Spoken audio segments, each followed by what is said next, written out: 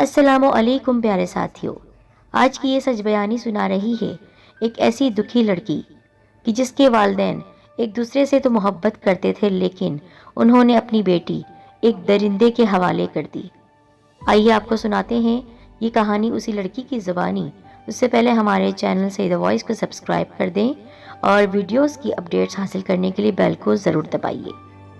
بچے جب اس دنیا میں آتے ہیں تو ان کے ماں باپ خوش ہوتے ہیں، مٹھائیاں تقسیم کرتے ہیں، ان کے بہتر فیوچر کی فکر کرتے ہیں، ان کے لیے خواب دیکھتے ہیں۔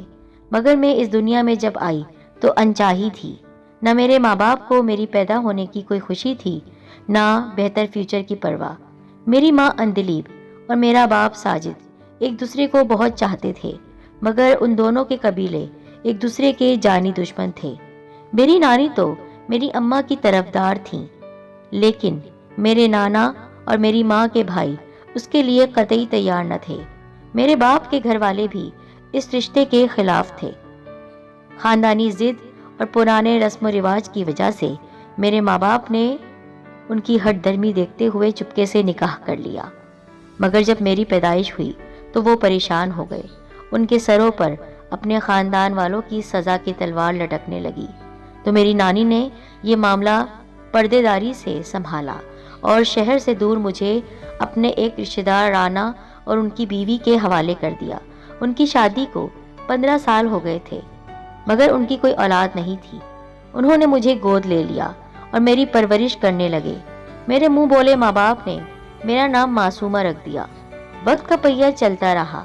میں نے جوانی کی دہلیز پر قدم رکھا تو میرے حسن کے چرتے ہر طرف ہو گئے۔ مجھے اس وقت کی خبر نہ تھی کہ وہ میرے سگے ماں باپ نہیں ہیں۔ میں ان سے دل سے محبت کرتی تھی اور ان کا بہت احترام کرتی تھی۔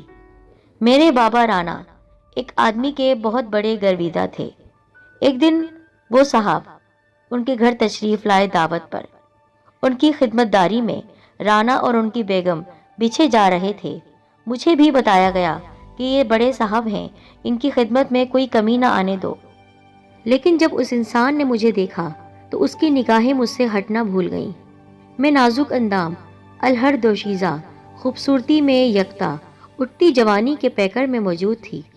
وہ درندہ مجھے دیکھتا رہا، میرا دیوانہ ہو گیا اور میرے باپ سے کہنے لگا کچھ سوچ کر، رانا تمہاری بیٹی بہت پاکیزہ اور سعادت مند ہے۔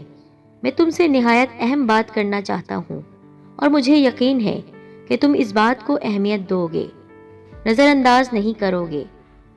میرے باپ نے اس کے سامنے بچتے ہوئے کہا، حکم سرکار حکم۔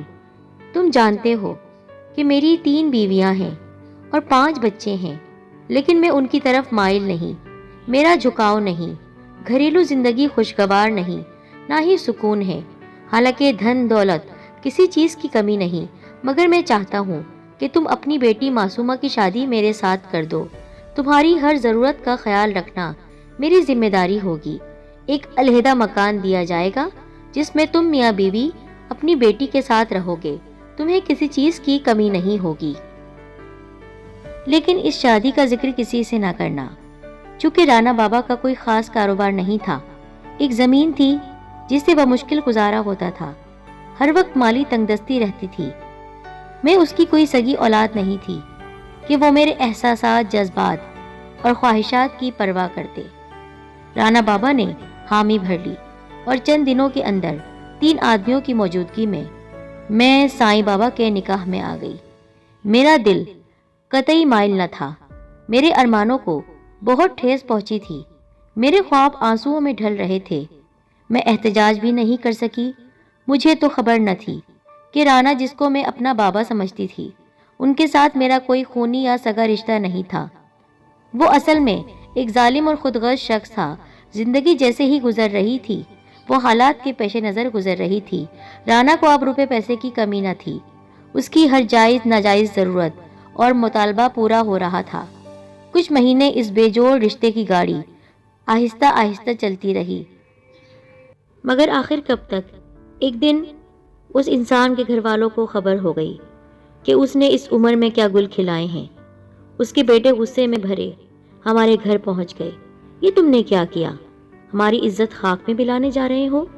اس عمر میں تمہیں یہ چاہیے تھا کہ اپنی جوان بیٹیوں کی شادیوں کے بارے میں سوچتے. تم نے اپنی شادی کر لی. اب یا تو لڑکی کو فوراً طلاق دو یا تمہیں خالی ہاتھ اس گھر سے نکلنا پڑے گا. کسی رشتے ناطے کے روادار نہیں ہو تم. گھر سے نکلے تو یہ جو تمہارا منصب ہے یہ سب خاک میں مل جائے گا. کسی کو منہ دکھانے کے قابل نہیں رہو گے. میں اس انسان کی حالت عجیب ہوتے دیکھ رہی تھی. وہ مجھے چھوڑنا نہیں چاہتا تھا. میں اس کی زندگی کا ایک اہم جز تھی. دوسری طرف دنیا داری تھی. اگر وہ مجھے چھوڑتا نہیں تو تمام دھن دولت سب خاک میں مل جاتی. یوں بھی چند دنوں کی دلہن رہی میں، اور پھر ایک دن بے جرم و بے خطا ایک بار پھر پھینک دی گئی. رانا اور اس کی بیوی کو قطعی پرواہ نہ تھی، کیونکہ اس آدمی کا حکم ان کے لیے حرف آخر تھا. میں پریشان رہنے لگی. جیسا بھی تھا وہ میرا شوہر تھا، اور اب وہ رشتہ ختم ہو چکا تھا. میں اپنے نام نہاد ماں باپ کے گھر آ گئی تھی. میری صحت گرنے لگی. ایک عجیب سی قیامت جو مجھے اب محسوس ہو رہی تھی کہ وہ یہ جس باپ نے مجھے پالا تھا اس کی نظروں میں میرے لیے عجیب سی وحشت تھی. ہر وقت اس کی ہوس زدہ آنکھیں میرے سراپے کو گھورتی رہتی.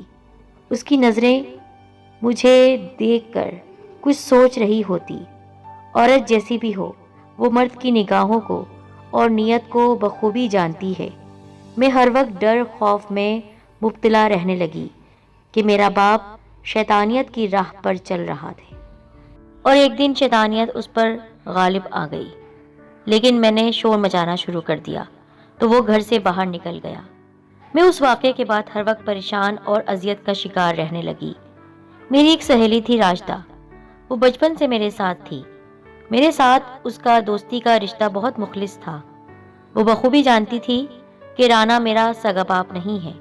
میرے سگے ماں باپ دوسرے شہر میں رہتے ہیں اور خاندان والے ان کی شادی کو قبول کر چکے ہیں. ان کے اب 3 بچے ہیں اور وہ اپنی پہلی انچاہی اولاد معصومہ کو پوری طرح بھول چکے ہیں. اس لیے اس نے مجھے آج تک حقیقت نہیں بتائی تھی. راجدہ ایک سمجھدار پڑھی لکھی سہیلی تھی. وہ میری ہمدرد تھی.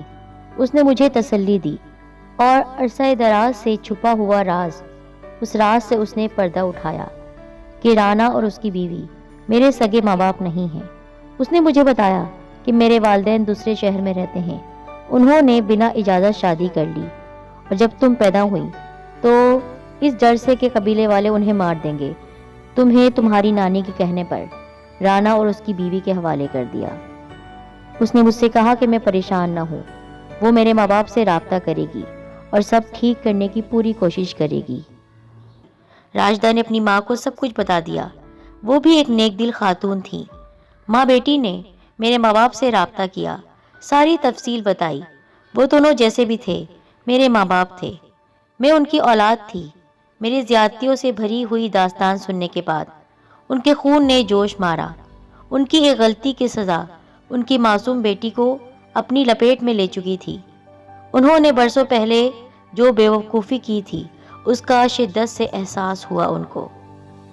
میرے ماں باپ میری بوڑھی نانی کو لے کر رانا کے گھر پہنچ گئے. اسے بتایا کہ اپنی امانت واپس لینے آئے ہیں. میرا جھوٹا باپ کہنے لگا کہ یہ یہاں سے نہیں جا سکتی ہے. تو انہوں نے کہا اگر انکار کیا تو لوگوں کے سامنے تمہارا بھانڈا پھوڑ دیں گے، بہت لان تان ہوگی. تم جس شخص کو مانتے تھے اس شخص کی بھی جگ ہسائی ہوگی. بات کو زیادہ بڑھاؤ نہیں ورنہ سب کچھ خاک میں مل جائے گا. یوں اس شیطان انسان نے مجھے میرے ماں باپ کے حوالے کر دیا. میں برسوں بعد اپنے ماں باپ کے گھر آ گئی. اب میں 3 بھائیوں کی بڑی بہن تھی، لیکن انہوں نے بھی زیادہ عرصہ مجھے اپنے گھر رکھا نہیں. ان کے لیے تو میں بوجھ تھی. انہوں نے میری شادی برابر کے گاؤں میں ایک بوڑھے انسان سے کر دی. میں 26 سال کی عمر میں لوگوں کو 60 سال کی بڑھیا لگنے لگی. دل جب سوچتا ہے کہ کیا کیا میرے ساتھ ہوا. میرے ماں باپ ایک دوسرے سے محبت کرتے تھے، لیکن انہوں نے اپنی بیٹی کے ساتھ یہ کیسا ظلم کر دیا. مجھے ایک بد کردار شخص کی جھولی میں ڈال دیا جو مجھے بیٹی نہیں سمجھتا تھا. کیسے میں پروان چڑھی. مجھے تو معلوم ہی نہیں تھا کہ وہ میرے ماں باپ نہیں ہیں۔ ایک شیطان کے گھر میں رہ رہی تھی میں۔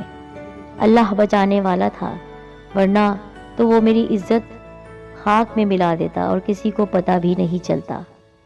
اس کی بیوی بھی اس کے ساتھ شامل تھی۔ کیسے میری شادی میرے ارمانوں کی حسرتوں کی بھیٹ چڑھ گئی۔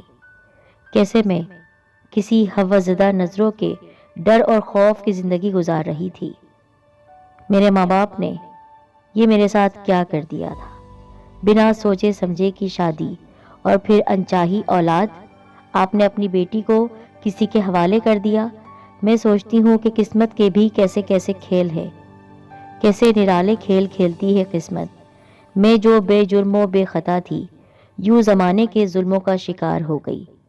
اگر میری دوست مجھے نہیں بچاتی تو سچ میں تو زندہ درگور ہو گئی تھی۔ لیکن آج بھی جو میں زندگی گزار رہی ہوں وہ بھی میرے ارمانوں کی بھیٹ ہے، کیونکہ ایک بوڑھا انسان میرا شوہر ہے۔ بس اب موت کا انتظار کر رہی ہوں کہ جلد یہ زندگی ختم ہو اور میں ہمیشہ کی زندگی جی لوں۔ السلام علیکم۔